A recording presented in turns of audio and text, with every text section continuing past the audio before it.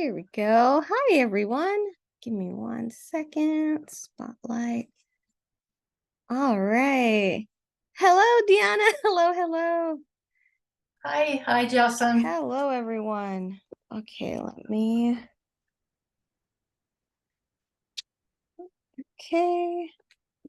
And we're good. Okay. Hi, everyone. It is hot.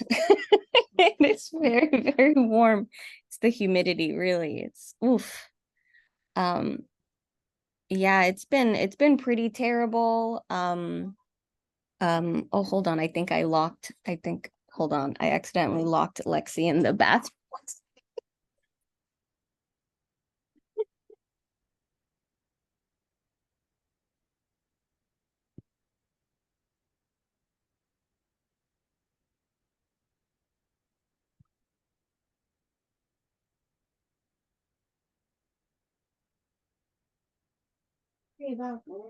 Okay. Um, yeah, no, I've been seeing that the weather has been absolutely terrible. My mother, she's in Costa Rica, and she was sending me, um, they've been having flash floods, and it took out, gosh, she sent me this, yeah, let me see here.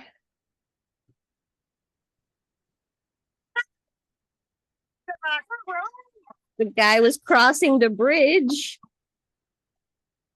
Oh, and it was just a flash flood. It's really bad. And a bunch of businesses had their the water just went through. They call it una cabeza de agua, so a head of water, they call it, like a flash flood. And it just tore through this area. And we had been in this area when we had last visited. It's insane. It's insane. And what I'm wondering is, it's supposed to get worse. It's like we haven't even reached, I know here in the States, we haven't even reached the peak of the heat of the summer yet. It's an El Nino year. It's like, all right, what's on the bingo card? Right at this point.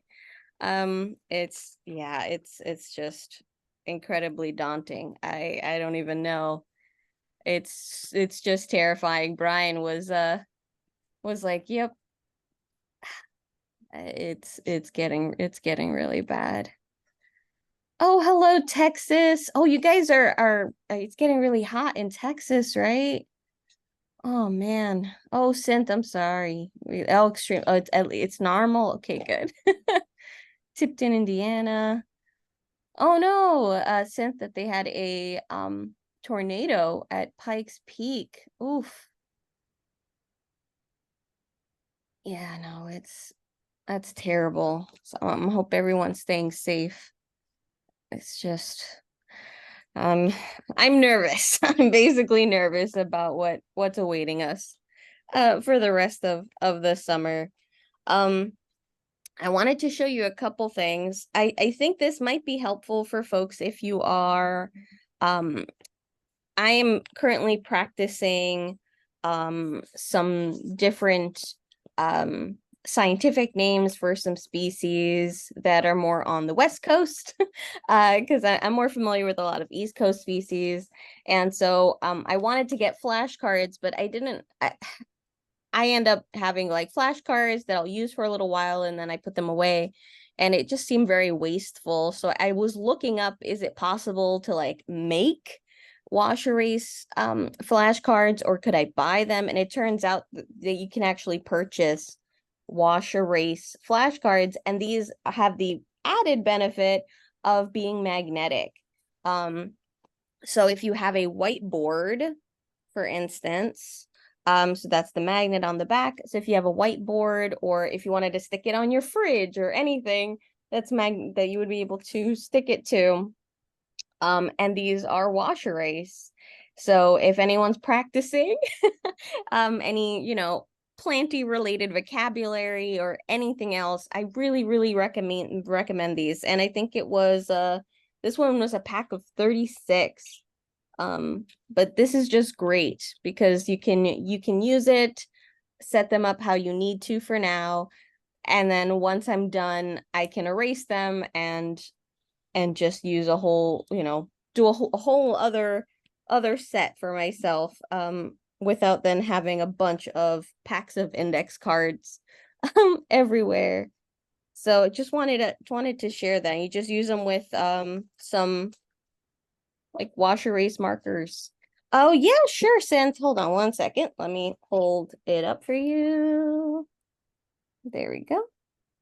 So magnetic flashcards. This is what brand? Attractivia. Attractivia brand. Um, so they're pretty heavy. It's pretty heavy, because they're a little thick, but I'm just really happy I found them. So it's like let me tell folks because this is gonna be really, really, really helpful for me. Um, and then I wanted to show you. So I mean, as you all know, I very much like insects and invertebrates. And so I do have quite a few moths and beetles and butterflies as like mounted specimens. Let me hold on. Make sure my phone is on silent. I saw that these were on sale, and so I wanted to order these. And they were just so pretty and a lot of species that I'm not familiar with. So I'm gonna be setting these up with name tags. That's another thing I'm gonna practice with my reusable flashcards. Um, but I just wanted to show you some of these butterflies. Look at that. It's hard for the camera to pick up, but it has like some like purple and blues on the top. But absolutely, I love those eye spots. Absolutely beautiful. And these are farm raised, so they weren't captured in the wild or anything. Let me see here. Yeah, this one. This is so, so beautiful. Absolutely beautiful. So, um, oh, just so Sin says, just reading about grasshoppers and locusts. Grasshoppers can be kept as pets. Do you have one? I don't have a grasshopper, but yes, you could keep them as pets, definitely. Um, Absolutely beautiful. Um, you can keep them as pets. I used to raise my own crickets. Now I just purchase them when I need to feed my tarantulas or the geckos or the frogs. But I used to have like an actual colony of crickets. But they're very loud. Um, and I don't recommend them. It's just it was a whole thing, and yeah, I ended up preferring not to do that again. um Since says we have 100 million grasshoppers out back, would love to send them somewhere. I mean, there has been a big spike, definitely, in populations. I know that, I think, was it locusts or grasshoppers that I think in Nebraska um were spreading, and were like all over people's houses and things. Like, yeah, there's been a spike, right? This one's so gorgeous. Absolutely beautiful. And this one. So I'm really excited about these, especially because when I mount them on their in like the shadow boxes, what I will be doing is I want to do more research on the plants that they're host plant basically, so the plant relationships. So I can put like a little blurb, and then I can try to see if I can find any pressed specimens or images, or even maybe it's a local variety that I can find the plants that they're a host, that is their host species. Here you go, so that I can kind of make a display that incorporates both. So the relationship with the plants, because in case you're not aware, so some butterflies, their caterpillars are what are known as generalists, where they just kind of eat anything that they land, that they're kind of their eggs are laid on. But then there are specialists. So there are some species of like moths and butterflies that they have to have their eggs laid on a specific plant, and they have to feed on that plant to be able to complete their life cycle. So something like with milkweed and monarchs, for instance.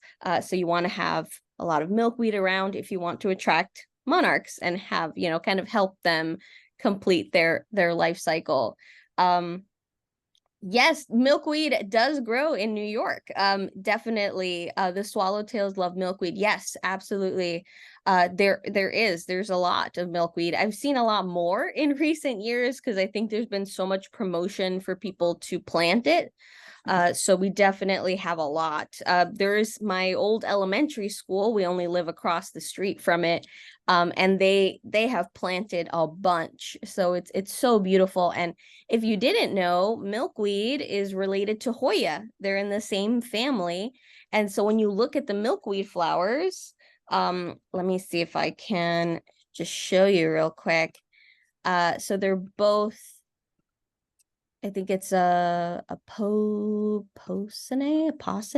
is the family. Milkweed flowers. Here we go. So if you look at the flowers, let me see if there's a good one. Oh, hold on. That was a good one back there. There we go. So if you look at the shape of those flowers, you see it's like this, it's almost like this double flower, right? They have this section on top with these what look like petals. I believe they're sepals that are pointing kind of the opposite directions. It's kind of like if they were back to back. But then if you look at Hoya flowers, you can see they have a very similar shape.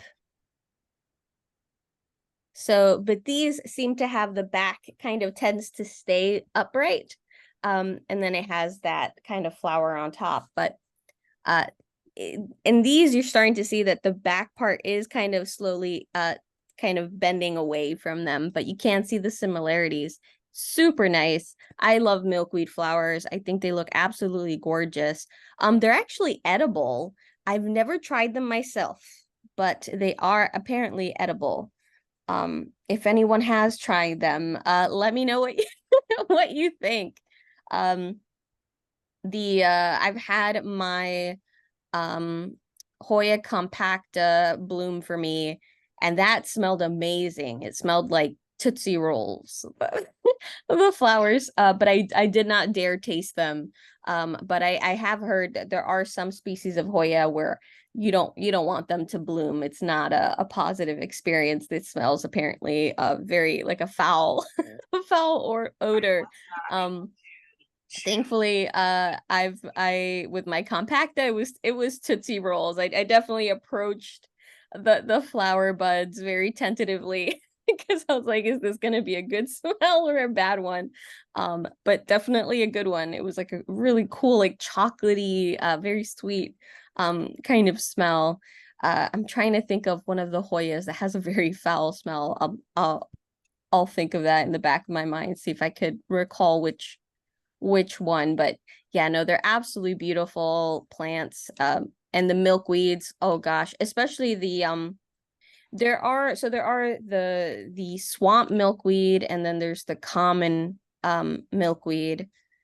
And let me see, so common versus swamp. Milkweed. I have read some studies saying that certain monarchs were opting to choose like more tropical species of milkweed or were liking swamp milkweed. Uh but then there were other studies saying that they didn't see a difference. So I'm not sure really where the camp lies. I don't know if it was just I guess when offered the option, they seemed to like, maybe it was just the flowers. I'm not sure. But the big one of the big reasons why these monarchs are going after and like laying their eggs on milkweed is it the reason it gets its name is that it the plant when cut, it secretes like this white latex, this kind of sap, it kind of oozes out, and this can be highly toxic, and so it's consumed by the caterpillar, and so when monarchs are like grabbed, they will kind of exude this white kind of sap. And it's something for, to increase their toxicity. So it's very similar if any of you have like Hoya does that too. Where if they get injured, you might see like a drop. It looks like a drop of white, almost like whiteout on the plant. You can also see this in euphorbia, though they're separate species, separate families. But euphorbia does that too. What's another plant that does that? I believe ficus. I believe some ficus do as well. So it's not a kind of feature that is solely seen with milkweed, but it is seen with certain plants that will exude a sap. And sometimes that sap is very irritating, like with euphorbia. It can be very, very irritating. There have been reports of blindness, even of people kind of touching it and then rubbing their eye. So be very careful when you're transplanting your euphorbia or you're cutting it back or anything, and you get any of that sap on you. Just make sure to wash your hands very thoroughly and avoid touching your mouth, your eyes, just any orifices. Yeah, so keep that in mind. I've never seen poke milkweed. This one reminds me of the Hoya. I think it's the multiflora. So this one here that you see those pedicels, those really long, like the peduncles. Let me see here. I think those are the pedicels. But the Hoya multiflora, they call it shooting star Hoya. There we go. They call it shooting star Hoya. Um, and it just kind of hangs like that. Absolutely beautiful. These flowers are spectacular. I had a multiflora, Hoya multiflora, for a little while. It kept falling over. It got very tall, and I kind of staked it up. But it was really top heavy, and that poor plant kept falling over several times, and it would like break off. It was just not, I tried multiple places for it. I just couldn't keep it happy. And then I kept trying to figure out how I could place it.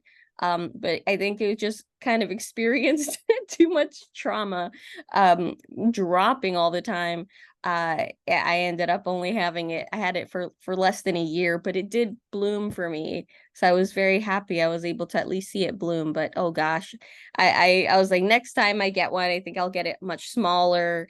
And yeah, keep all that in mind because that was a learning experience for me. I could not, it literally kept tipping over. If I like passed by, if the cats passed by, it was very top heavy. Here you could just see, it kind of reminds me of like a little, it's just really beautiful. Oh my gosh. Absolutely little beautiful. But yeah, they're really a really cool Hoya. Hold on, let me. Brian?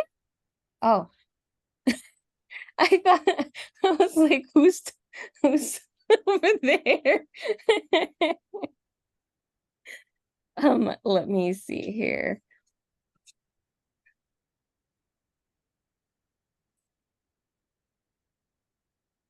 Thank you, George. So George was posting some facts here.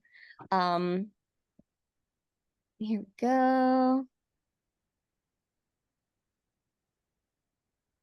There we go. Yes. So the monarch actually likes tropical milkweed, but the parasite will negatively impact the monarch and queen. Um, Yes, we have a lot of native species here. There have been some really fun kind of events where folks make mud balls. So there's seed balls that you can put native seeds. So you want to be very mindful. Sometimes when you buy those little packets of seeds that say like wildflower mix um or like pollinator mix, something like that. Always make sure that you are going down the line and checking each species before you go ahead and plant them. Because sometimes, unfortunately, there are species that might not be native to your area. You don't want to be introducing non-native species. We have enough. We have enough. That was actually a big horror story with I think it was Cheerios. If anybody knows if it was a different cereal company, I think it was Cheerios a few years ago. They were trying to do this like native pollinator campaign. I think it was Cheerios because of the bee. And they were trying to do this whole seed campaign, and they basically put the same packet of seeds across the board. And there were actually a lot of species that would not be were not endemic, right, to certain areas, and they shouldn't have been introduced. So that was just no.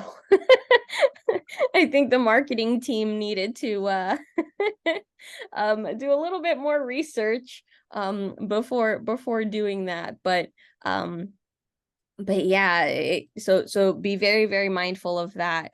But you can get packets that are specifically native to your area, and then you can make seed balls. And what's fun is that you could, if you're a teacher, you can do it with your students, or if you have, kids in your family that you'd like to do this with, you can make them. And then you kind of let them dry so they become these little mud balls. And then you can do some guerrilla gardening. So you can either throw them all around your yard, or yeah, like throw them in empty lots and in local parks. But as long as it's a native milkweed, it's something awesome that you'd be able to do. It's a lot of fun to do. Yeah, it's seriously awesome. Oh, thank you. Thank you so much. So George just shared a resource guide on milkweed resource sorted by region. That is awesome. Absolutely awesome. Oh, thank you, Diana. Okay, I will check. I will definitely check. George is asking if I can do a video on the native plant garden in NYBG. Oh, absolutely. I spent a lot of time in the native plant garden over there when I was actively a student and volunteering several times a week. I like lived in that garden. That's actually where I saw they have that partridge pea, I believe it was, that's all along like the radius of the fence outside of the native plant garden. And I was hearing them, it was like September, and so the little string beans, the little beans, the pods were ripening in the sun. And so they have a really cool dispersal method where they shoot the seeds away from themselves. And so I was passing by, and I did get video, and you just hear very slightly. I want to see if I can use some type of program to like increase that audio so that it can really be heard. But I'm like kind of walking by, and you can just hear like click, click, click, click, click, click, click. And yeah, it's just, they were just shooting shooting beans everywhere. But it's absolutely beautiful there. And they have these like sunken pools for carnivorous plants.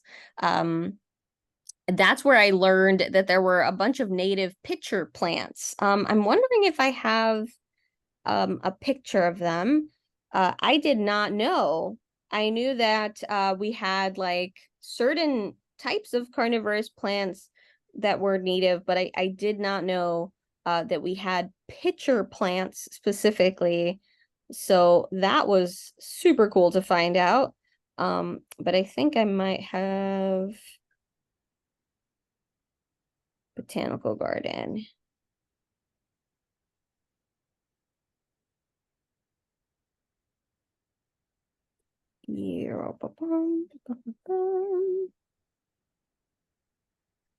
I have so many. Let's see. It would have been end of 2019, so before pre-COVID.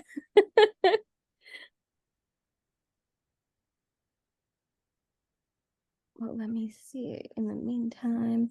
Diana, this morning I viewed a YouTube video. I'm sure everyone would enjoy about the natural forest garden that was actually built by the owner of the residence. It's a leafing around video. I love leafing around. That is awesome. Thank you so much for sharing that. Yeah, that was just incredible Oh, because that a is lot of awesome. he Yeah, had a I lot of that's them. definitely one of the one of the dreams is to be able to kind of build out a native like a permaculture garden. I would absolutely love to do that. Um oh, here's a bunch of pictures. Costa Rica. And let me go down to October because that's when we were doing the native plant garden.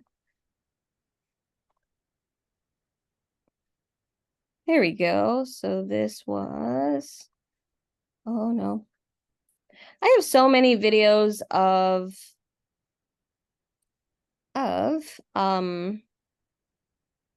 botanical gardens that I really need to figure out so that I can edit because there's a lot. I've gone to the botanical garden by Niagara Falls. I've gone to the Birmingham, Alabama gardens. I've gone to Denver, to the New Orleans Botanical Garden, um, a couple botanical gardens in Costa Rica. I've just gone to a couple, and I have so much like video and picture content, and I just have to go through all of those and like edit them and make them tour videos because there's so many. Absolutely so many. Okay, here I am in October. My goodness. I take a lot of photos. Let's see. Okay. Um, great. So this is my teacher. All right. So, but yes, I know I have to have some video in here. Um,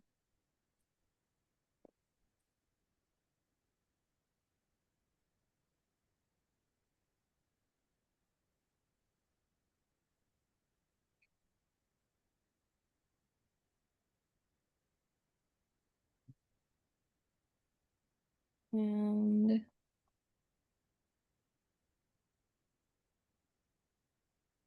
think that is all.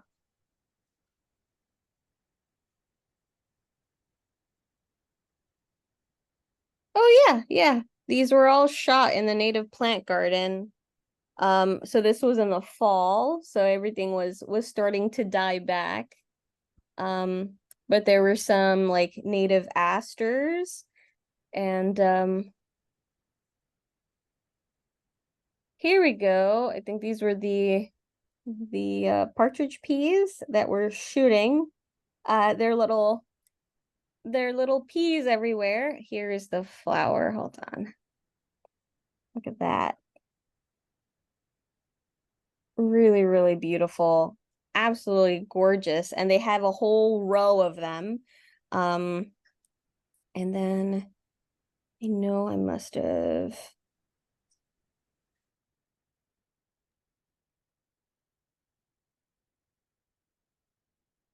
Here we go. Yep. So these are some shots from that native plant garden. So they have this kind of it's very shallow pool, like a reflecting pool.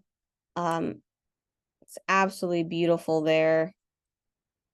I highly recommend it. So if you are stopping by um to New York City, the Botanical Garden is definitely somewhere you want to go. Oh, they had these little, it was called a date persimmon. It was like these mini persimmons. It is a persimmon tree, but it's like a small persimmon tree. Um, yeah, and the teacher was actually telling us that she had a student because of those specifically, those little I think they were called date persimmons. Um, she was saying, oh, there we go. Date plum. Never mind, but it looks like a little persimmon. There we go. Date plum. I like taking pictures of the scientific name of new plants if they have it available, so I can look back in my photos.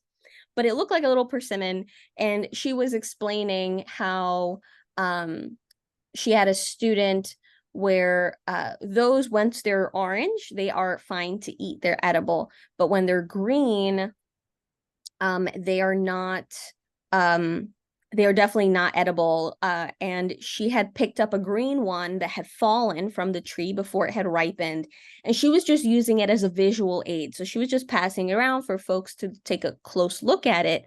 And it was going around the circle, and there was a lady who was looking at her phone. She wasn't really paying attention. And as soon as the little fruit basically got passed on to her, she automatically popped it into her mouth without even asking or anything. And everyone kind of like stared at her. And the teacher said that she told her, please spit that out. And that the lady spit it out, and she started getting blisters, like kind of like hives, like all around her lips. And the teacher was explaining, I was literally just saying that, when they're not um when they're not ripe, it can cause like a lot of agitation to the lips, and the lady wasn't paying attention, and I don't know, she just popped it in her mouth. That's always a fear when I'm sharing things like that with folks. Um, George, I'm copying down the scientific name for you. It's Diospyros, Diospyros lotus. Um, and it's the date plum. There we go. The date plum.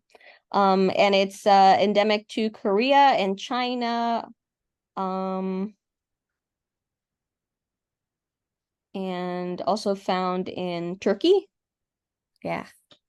Um, but yes, I have that fear because there are like for instance, the yews. So they have these little fruit called the outside is the aril. Um, and it's very toxic. So it's definitely not something that you want to you can consume the outside, and people make jam and it's very tasty, but you can't swallow the seed that's basically in the center because it can cause cardiac arrest. And so when I introduce folks to it, I always say, if you want to taste it, make sure you squeeze the seed out before you even consider putting it in your mouth, because you don't want to accidentally swallow the seed. One might not be enough to do a lot of damage, but you don't want to play around with toxic plants. So so don't do that. But yeah, it's very scary when I'm showing people things, because I have had people where I'm showing them like mugwort. I've shown, people different plants where they've actually taken a bite out of the plant before I even said anything about its edibility or anything. So it's definitely nerve-wracking. So now I make sure I'm like, everyone, like, please don't consume anything that I hand to you. Well, especially because as of late, I've been doing my walks more so in like public parks where there's a very high traffic areas that I wouldn't recommend because people are walking around with their dogs or they're stepping on it. So I'm like, this is just for looking purposes today. um, but yeah, I was like, no, no, no. Um, T. Bailey.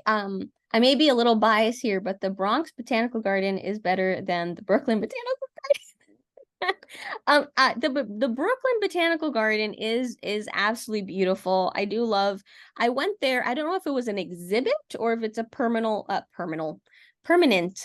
installment. It was like a Shakespeare inspired garden. Absolutely beautiful garden, but they had plaques and sculptures, and they were all like different. They had like quotes and different species that were found in Shakespearean plays. So I'm not sure if it's a permanent thing or if it was just like, you know, a one-time kind of exhibit. It was so beautiful, and I really like they have I think they had a Japanese garden as well. It was really, really beautiful. I definitely I've been there I think twice, and I really, really like it. Um, but the Bronx Botanical Garden, the New York Botanical Garden, which is based in the Bronx, is it's something else. Like I hadn't even been. Again, I was a student there. I was volunteering there, and I hadn't gone to every single thing in that garden. And so during that tour that we were taking, and they took us on the golf carts. And they have a tram, like it's like you can kind of go around the entire botanical garden, and there's like these little like bus stops basically, because once you kind of hike in one direction, it's going to be a lot of energy to hike back. And so there's still so many things to discover, and they're changing things up. So they're actually renovating their children's, there's like a little section it's like a children's learning garden, adventure garden, something like that.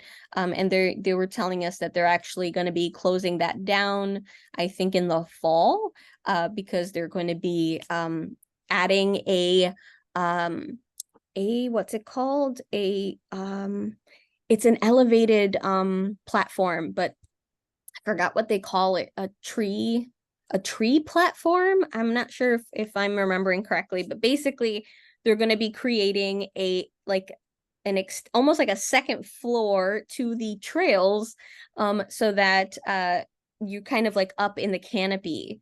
So they're going to be putting some really fun things there, and I was thinking, hey, I want to do that. So I'm just gonna go and check that out. But I'm excited for that. So they're doing these like kind of lookouts from the trees themselves. So really excited about that. Um, and T says, I just went to the Bronx NYBG this past Saturday. Oh my gosh. And there's an amazing exhibit from Ebony G. Patterson on display until October. Yes. I think that is the one that I went to. It was with the vultures, right? Is that the one with the vultures? So I'm actually going to I might have mentioned that last week. We checked out that exhibit, and that one I know is on display until October. So I think that's this exact same exhibit that I went to. And yeah, I'm trying to connect with this vulture specialist. So what I'm hoping to do is uh, do either invite her to come and check out the exhibit with me, or if that's too out of the way, to at least hop on like a Zoom and do a short interview with me, and we'll talk about the exhibit and the role that vultures play, and then do a whole kind of spotlight on that exhibit. So I'm really excited about that. Yes, yes, the glittery indigo vultures. Yep, and they're covered in glitter. It's absolutely beautiful, and so so I'm planning to do a whole feature on that exhibit, and then there is the other exhibit by I think Jessica. Is it Jessica Harris? Um, we kind of went pretty fast on that one. It was like a very quick stop. So I need to go back and I'm gonna like film the whole thing. Um, but I started watching the Netflix documentary High on the Hog and reading her book. So I'm gonna do a whole thing on that exhibit as well. So it's amazing. The Netflix documentary is actually, gosh, it's 4 episodes. It'll blow you out of the water. um and the book, wow. um yeah, some really strong stuff. Amazing book so far, absolutely beautiful. um Deanna, the Longwood Gardens in Kenneth Square in Pennsylvania are the most spectacular too.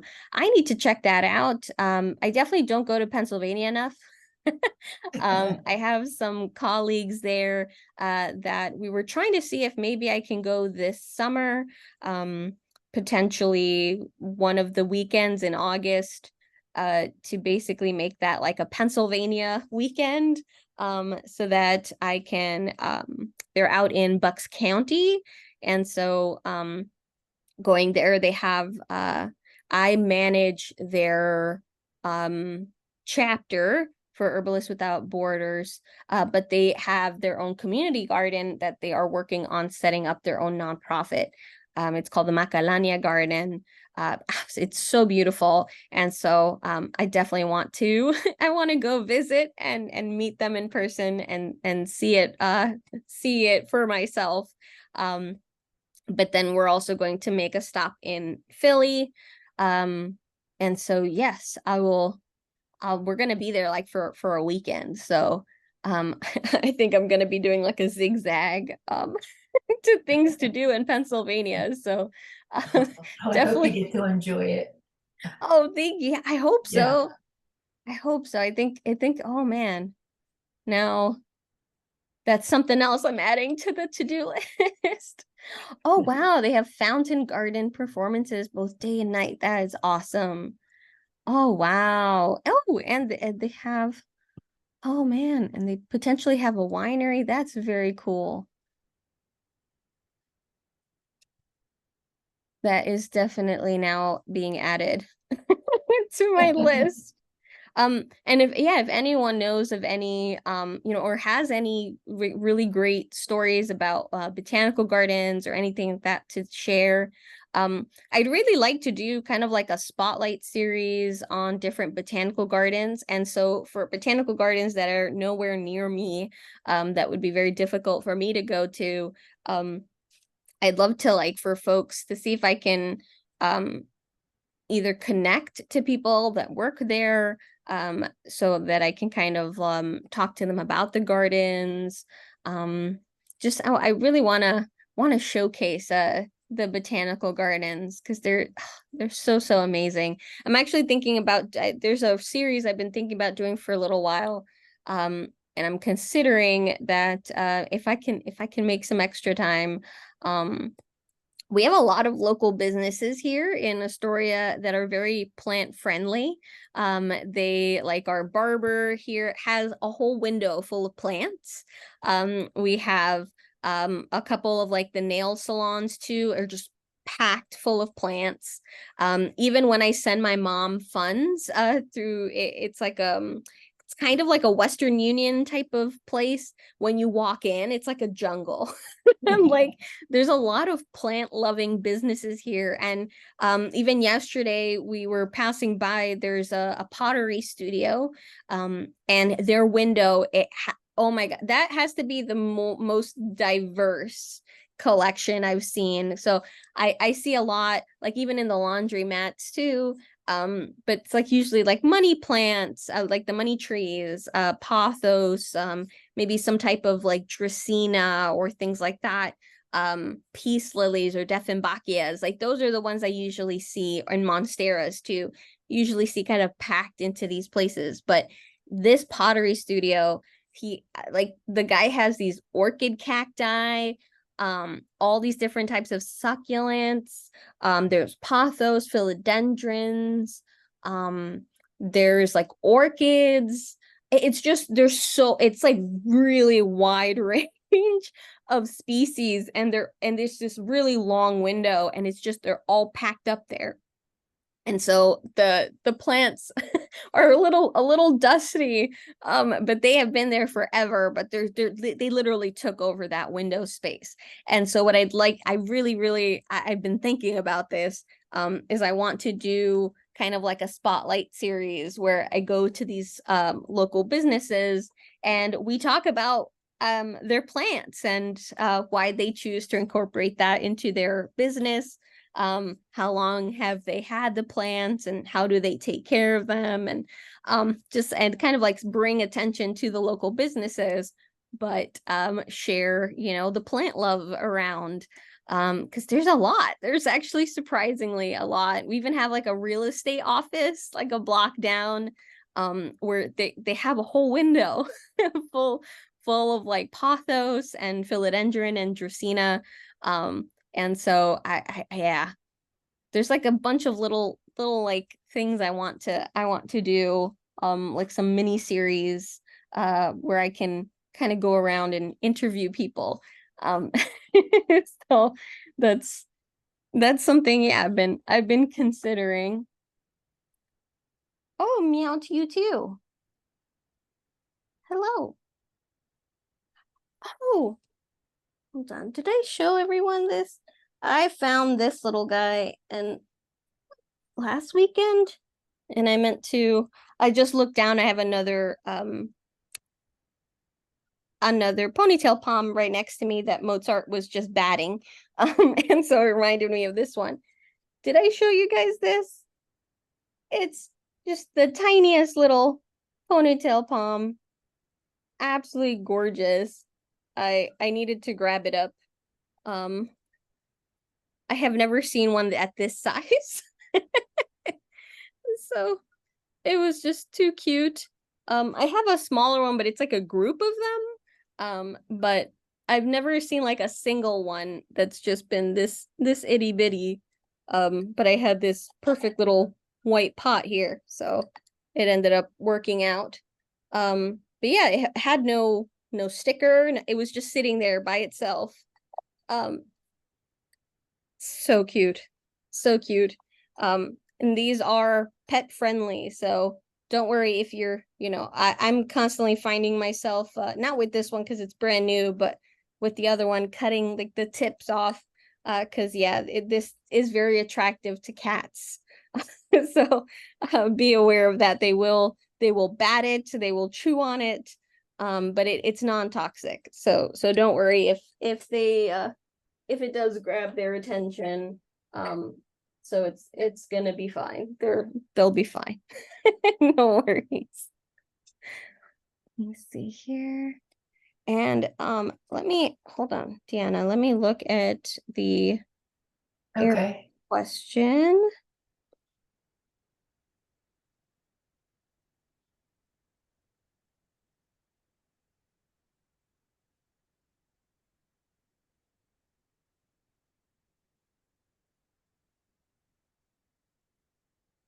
Oh, Jamie, I'm so sorry. I just saw that Jamie messaged me too about a gorgeous plant at the farmers market in Chicago. So sorry I hadn't seen that. Oh my gosh. It's Albo Monstera. And then here we go. Oh, air plants. Here we go. Oh, cool. So you have some variety. All right. So one looks like, I think, is that the Medusa caput? And then you have some Ionanthus and that other one, I'm forgetting the name. It's, I think they call it the caterpillar Tillandsia. Um, it has like, it looks like it's like stacked. The one that's in this one. Um, so yeah, these, I think this is the, yeah, these have what are called like a pseudo bulb. So these actually end up being okay without water a little bit longer, Longer. as do these versus the more thinner leaved ones. Like these Okay. looks like an Ionantha, and I think that might be an Ionantha.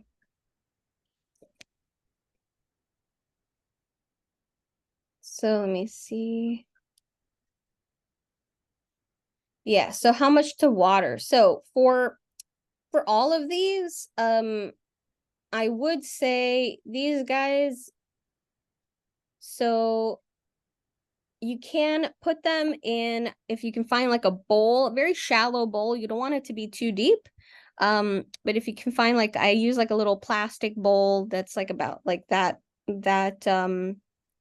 deep. And I put spring water, or I use my fish water, so the aquarium water. Air plants like what is called dirty water. In terms of like if you have an aquarium, or rainwater works really great. So I wouldn't recommend distilled water, only because there's like no mineralization, there's nothing. So while they do get hydrated, in the long term, it's depriving them of like certain minerals and things that they would typically get from like just water. So you could do that. So you want to let me see. There's also a bromeliad air plant fertilizer that you can purchase. So it's like a little bottle, a spray bottle. What you could do is just spray a couple times into the water itself. So like 2 or 3 sprays, that you don't have to put a lot. It's just a little bit. And then you're gonna put them upside down. And so with that, you could go anywhere from like 40 minutes to an hour, and just try to see if you can face them upside down. With the Medusa caput, it's like much more like an octopus. It kind of does its own thing, so don't worry about that. Just turn it if it's like starts to float, just so that the other side gets some moisture. So yeah, about 40 minutes to an hour. So I usually do mine about every 2 weeks or so. Now in the summer, I do kind of just check. They will start to turn very silvery when they are really, really dry. So if it's really hot in your home and you think, okay, I might have to do this once a week for the summer, that's fine. But on routine, so like fall, winter, spring, I'm doing it every 2 weeks. So I give them kind of like that full immersion. And then after that time has passed, I grab a towel, and what you're going to do is you're going to shake out the excess water. So you don't want any of that extra water to stay inside like the grooves of the air plant. So you're going to give it a really, really good shake, get all that water out, and then put it upside down on a towel. So like a little dish towel. So I kind of set them up like that. And I leave them there for a little while, a couple hours. So you could do it overnight, even if you're doing it like right before bed. So you could just kind of leave them just so that any last drops of water just come out. And then they're good to go. And then you can place them back in their respective spots. You just don't want to soak them, have all that residual water kind of stuck in those crevices, and then they're stuck this way. And then that can cause rot to form Okay. from like the center. Mhm. Um, Okay. How often do you fertilize, Jocelyn? so usually it's for the summer. I'll do that if during the winter I don't add any fertilizer to their water, although sometimes they are getting the fish tank water. Mhm. So that does have a little nutrition in there. Mhm. Um, but it's not like I'm not actually using the actual spray for Okay. them. Um, Okay. so I would say if you see that they're making pups, so if it's Mhm. after the flowering period, Mhm. they will start to push out pups because it's the end of the parent plant's life cycle. So Mhm. they'll start to die back and their pup will start to grow. During that time, you can if you'd like kind of give them a little help. Okay. You can totally do that, but it's very inexpensive. I'm trying to remember the brand because I have a few. I have some that I have in their own little bottles, but they're unlabeled. Do I have it? No, I don't keep it here. But I'll send you a picture of the one that I have, the brand. Uh, Okay. yeah, but but yeah, you don't have to go overboard with fertilizing them. It's pretty Yeah, they're pretty Okay. good. You just want to give them some nutrition because that's the only way they get they get their nutrition is um through their leaves. So you want to Okay. make sure that you're giving them something. So this is why like prolonged distilled watering is Mhm. actually really bad for them. Mhm. Um and then folks, yeah, if they're not fertilizing them, um yeah, and then just make sure that when you're placing them back, I saw that you're keeping one on like it looks like wood chips. Um, just make sure that those wood chips like are, staying that the plant is dry when you put them on there so that there's no excess moisture being added to those wood chips. Because if those wood chips start to get like really damp, they might start to um get like mold, and then that can hurt the air plant. Okay. Well, those three in the pot that they're in like an orchid blend mix. That's what you see with the chips Mm-hmm. of wood. So, and it looks like that they're doing okay because I see the slow growth, and they've already made their pups. So I think that all I need to do is maybe fertilizers because I've never done that. And these are over 2 years old now. So they're doing okay. Thank Yeah, you for no, that information, oh, Justin. yeah, no, you're Appreciate you taking a welcome. look.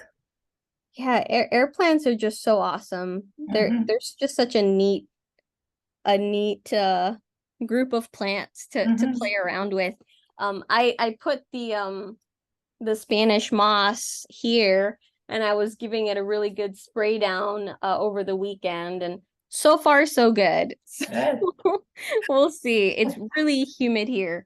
It is currently 81.4 Fahrenheit in here. And eight in what?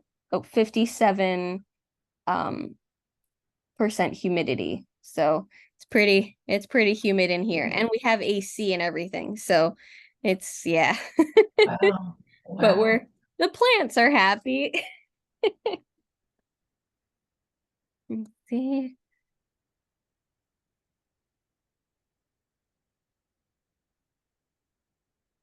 Oh, and I was trying to send out the poll um today, but for some reason I don't know, the thing I was using to add the poll, it looks like it's not compatible with get response, which is what I use for sending out the email reminders. So I might have to send it separately. Maybe I'll see if I have to send it like through my personal email instead.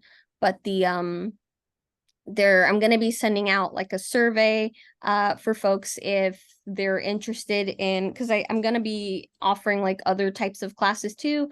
So like a class on birding. I was thinking of like maybe a class on specifically like on forest ecology, maybe a class on invasive species, things like that. So but like an extended class. So where I would be doing at least a few classes a month um in a specific time slot, and then there would be replays and things like that. So just keep an eye out. The I have to just figure out how to send it out because it didn't want to go out with get response. So I think a worst case scenario, I might end up having to figure out, I guess I'll send it maybe as a link instead, and then people would get redirected to do the survey. But just that just came to mind. So keep an eye out, keep an eye out for that. Gabby, I bought orchid bark to repot my orchid. I'll have a lot left. Can this be used as mulch over bulbs in the winter? So the issue,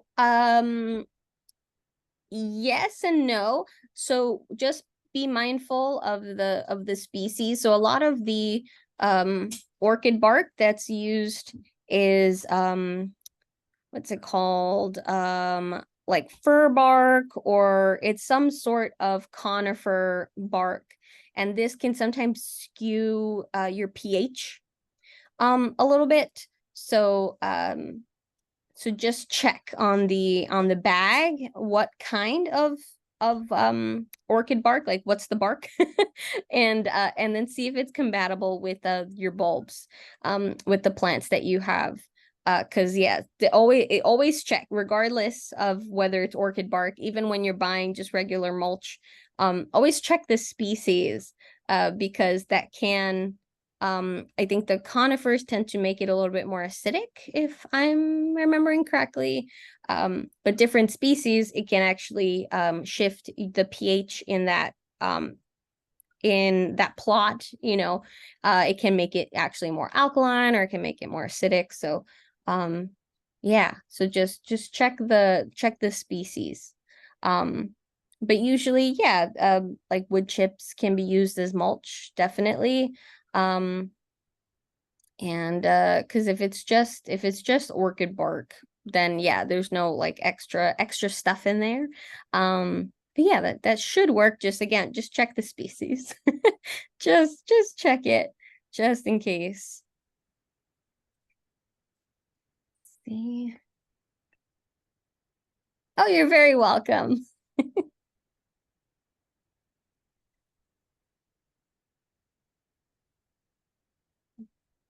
Oh, um, since I did not know that Denver has some free days. That's so cool. And have you been to Huntington Gardens in Pasadena? No, no, I have not. Um, Gosh, I'm adding something else. Another garden to go to. That is so cool. No, I've never been.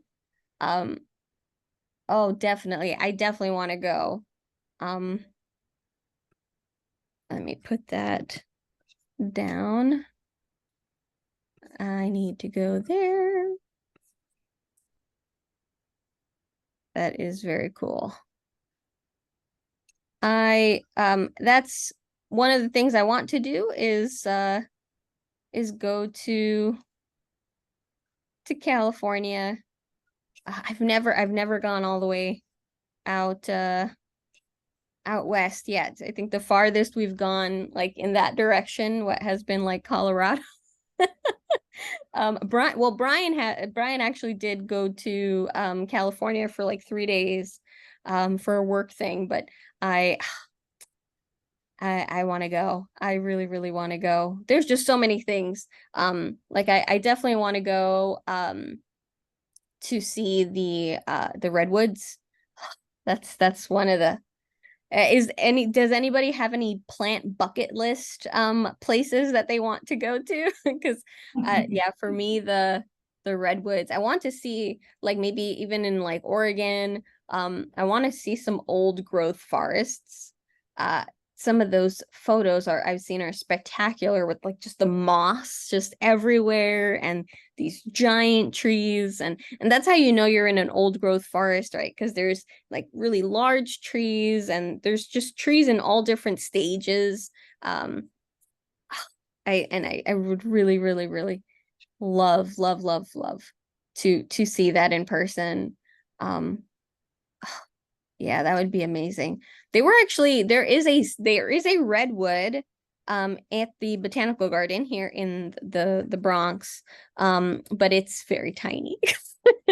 It's just and the the care like one of the horticulturalists who help take care of the grounds had when I had gone to that tour was just telling us that they had a it had a pretty rough acclimation. Um, and yeah, it's never gonna get as ginormous because the our temperatures and stuff, it's just too drastically different. And so it's rough. The tree the tree's a little rough.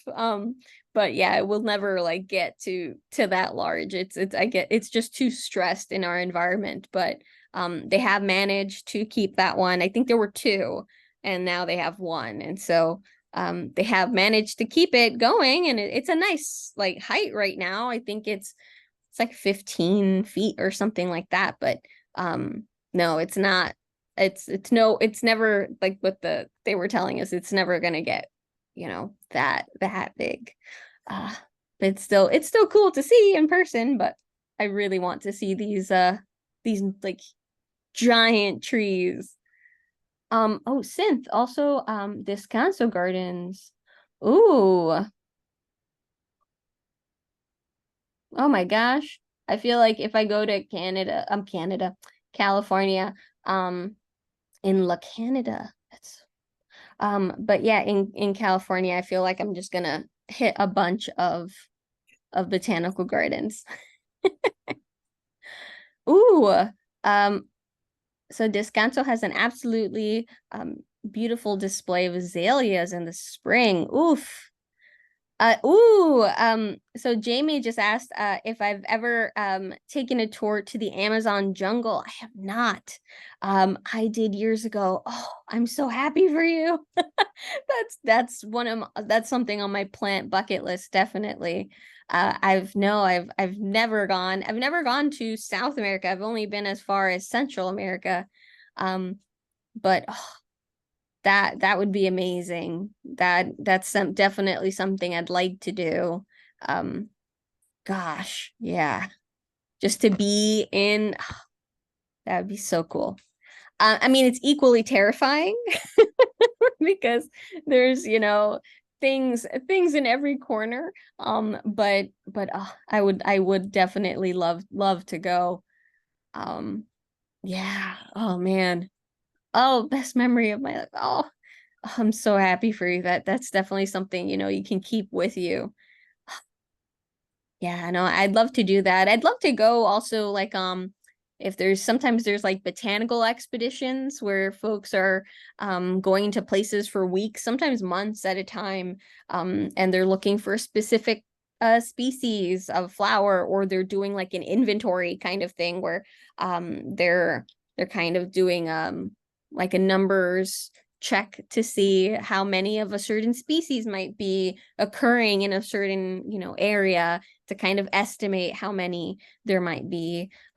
These kind of like a survey. So things like that. Those are so, I would love to be part of like a botanical expedition, study, anything like that. That'd be so cool.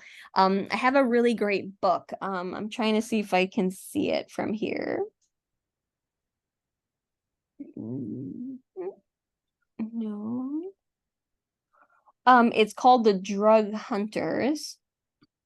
I don't see it from here. But The Drug Hunters, and that is really, really good. And it's talking about like how basically how folks found a lot of the pharmaceuticals that we use today, like their history, how we went from like kind of more plant-based medicines, and then how everything kind of became like standardized. It's a really, really good book though, but it's really rich in that history. There's another book too. I'm trying to remember. I think it was The Cosmic Serpent, where he also goes into um some of that rich history of some of of pharmaceuticals. Um, yeah, that's a really good book too. The Cosmic Serpent I actually do have as a PDF. Um, let me see if let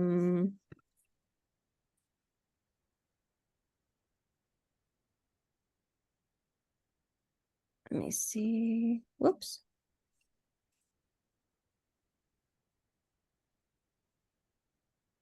Cosmic. There we go. Share. How do I?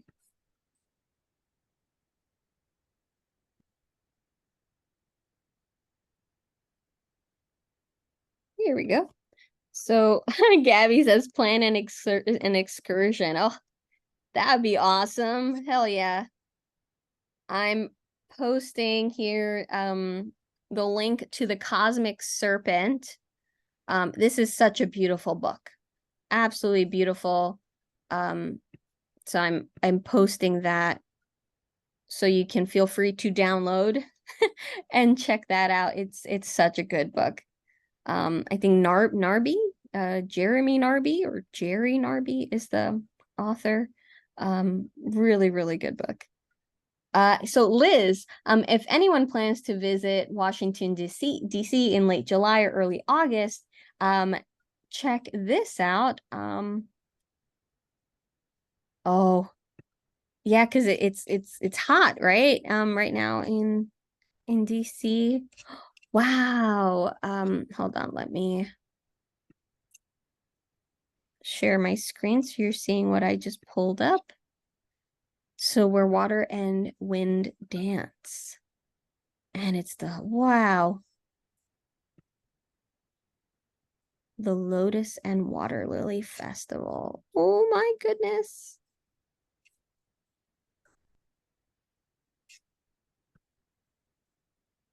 That is so cool. That's beautiful. Oh my goodness. That's so cool. Another garden I need to go to. Oh, wow. Oh, that is so cool. Oh, that is awesome. That is definitely another place to go. Oh, Synth, Redwood National Park in Northern California is outstandingly beautiful and cool among the redwoods. Yeah.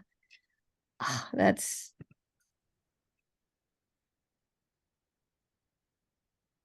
so cool. Thank you, Liz, for sharing. That is awesome. And Synth sent this. Oh, yes. I definitely want to check this out. I actually have a um a little like under the because this is a moving desk. It's a like a standing desk. It moves up and down.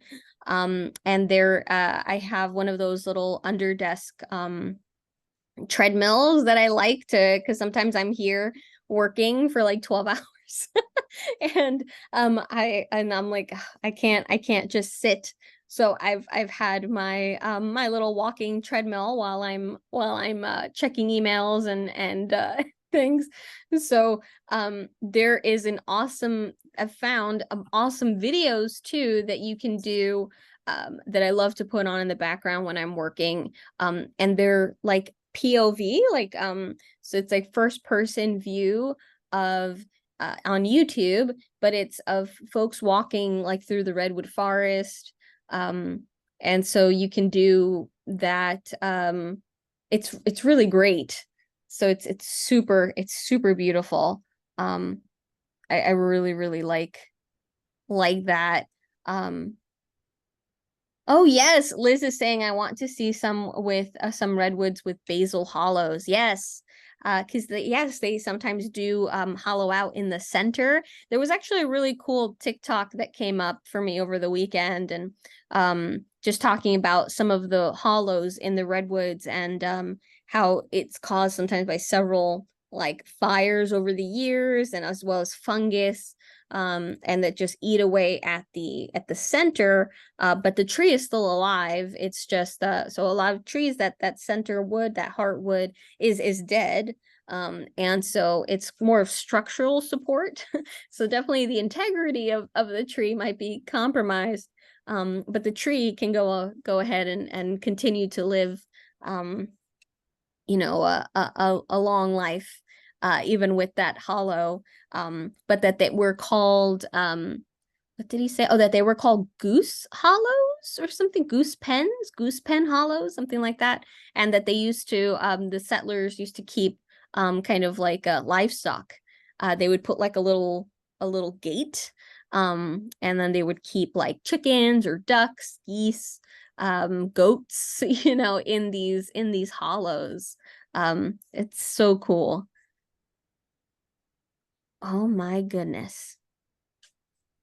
That is, yeah, that's something I'd really, really love to do. I really wanted to go camping this summer. I had done this cool event. We were doing a beach cleanup, and REI, the outdoor like company, was doing like a giveaway. And so it was like a raffle thing, and I ended up winning a 4-person tent. And so I really, really wanted to go camping this summer, but it's just been so hot and everything. I'm not sure. Uh yeah, being yeah, like cut off and like in this summer, I'm not sure. I don't know if that's gonna end up being a really good idea. But yeah, this looks so cool. That is another plant bucket list item. Definitely. But thank you so much, Liz, and thank you so much, Synth, for sharing. Yeah, I would really, really like to see that. I'm trying to remember, because that guy on TikTok, he came up for me, and I ended up following him because I started watching a few more of his videos, and they were really, really educational. Let me see here. Um, it was redwoods. It was redwood something. Redwood. Oh, there we go. Redwood Rising. Yeah.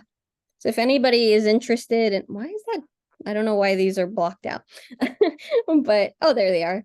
But if anybody's interested in redwoods, Rising. He's hilarious. It's insanely educational. It's just very entertaining to check out his content. Um, but yeah, he was talking about the hollows too. So that's why it came to mind. But he's only been on for a little bit. Uh, but yeah, he already has a huge following. Um, really, really entertaining. So definitely check him out. Yeah, that was super cool.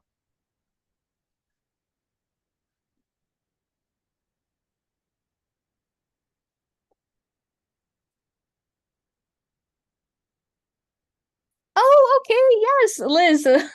So yes, I wouldn't be surprised if it came up for you too. Yeah, it was a really, really good video, and just about how they get hollowed out over time. And then yeah, their use, human uses, right? um it's a really nice TikTok. And no, I'd never seen him before. It was I think it was the hollow video that came up for me first. And then I started watching a few more of his videos. I was like, this guy's really, really entertaining. I really like this, and I started following him. But yeah, no, it was that was really good. Oh, and I totally forgot. I'm not sure if anybody else was interested in watching, um oh my gosh. Um the the name of the documentary came and went. Um hold on. Um it was a documentary about the redwoods. Hold on. Um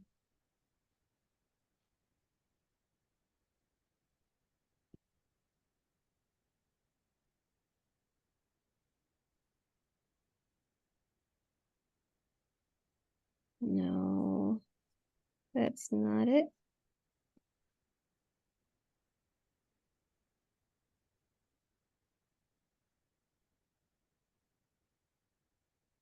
I had watched this documentary and I'm trying to remember. Was it this one? Yes, Climbing the Redwood Giants. Does anybody remember that? Um, it was by National Geographic. It was several years ago.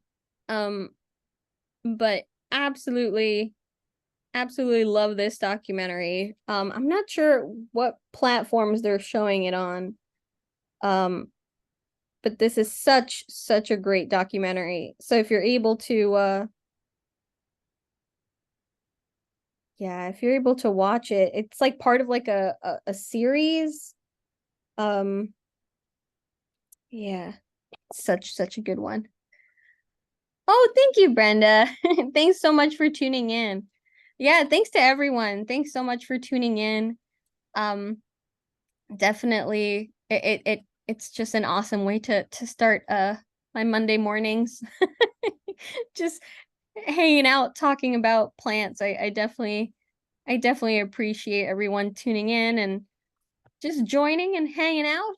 I really appreciate it.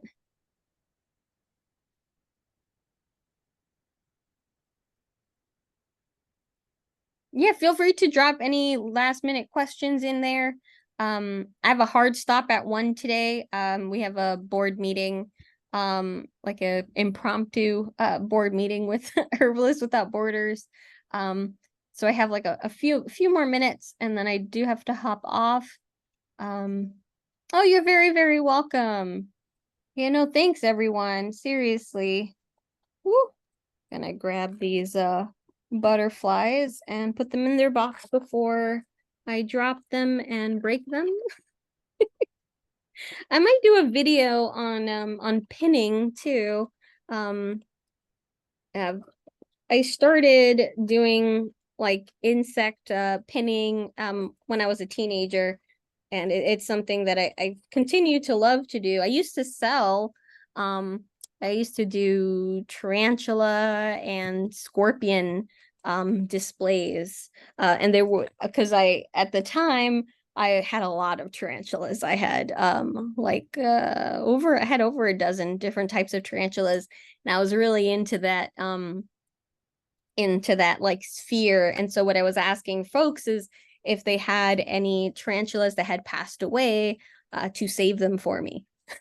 And so then what I was doing is then I would put them on displays, and the same with like scorpions and stuff. So it was very cool. Gabby asked, how do you keep them intact? Great question. So a couple of ways. So if it's a smaller species, you don't have to do too much. You just basically have to let them dry out. But for larger species, especially with tarantulas that might have a bigger abdomen, you actually have to so you can cut the abdomen very slightly, kind of have to clear it out, remove anything inside, and then you can stuff it with cotton.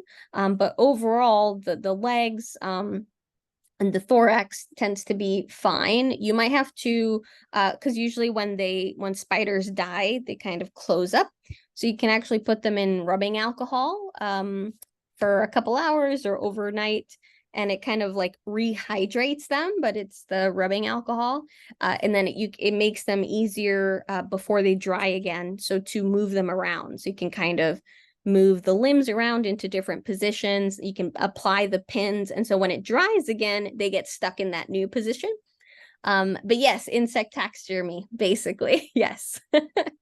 And so yeah, yeah, it's really interesting to do. And I loved doing it. It's just so now I just buy specimens, or I do find things. So I have a couple with like bees. I have like a little box with I have bees, I have some different beetles, and I really need to pin those too. Um, but yeah, bye, Diana. Thanks so much for stopping by. Oh Welcome. no, Holly, my daughter's dog companion passed away Friday. Oh no, I'm so sorry. That, oh, no, that's a really big loss. Always sad. So, yeah, gosh, no, yeah, like our cats are we have four cats, but our three boy cats, they're only a couple months apart, and so they just turned 12 this year. And so I need them. I already told them that they have to live, late 20s, and they have to get to 30. I was like, you guys are not allowed to go anywhere. Yeah. Yeah, no, I can't. Oh, I don't even want to think about it. But thanks so much, everyone. It's one, so I have to hop off. But thank you so much. Have a great rest of your Monday. Oh no, Molly was at these 15. Oh no. I am seriously, Holly. I'm so sorry. Tell your daughter I'm so sorry to hear about her loss. That's oof. Gosh. All right. Bye. Bye, everyone. I'm gonna Okay, go hug the bye. cats real quick. Have a good one. Please Bye. stay safe, everyone. You Bye too. for now. Oh man.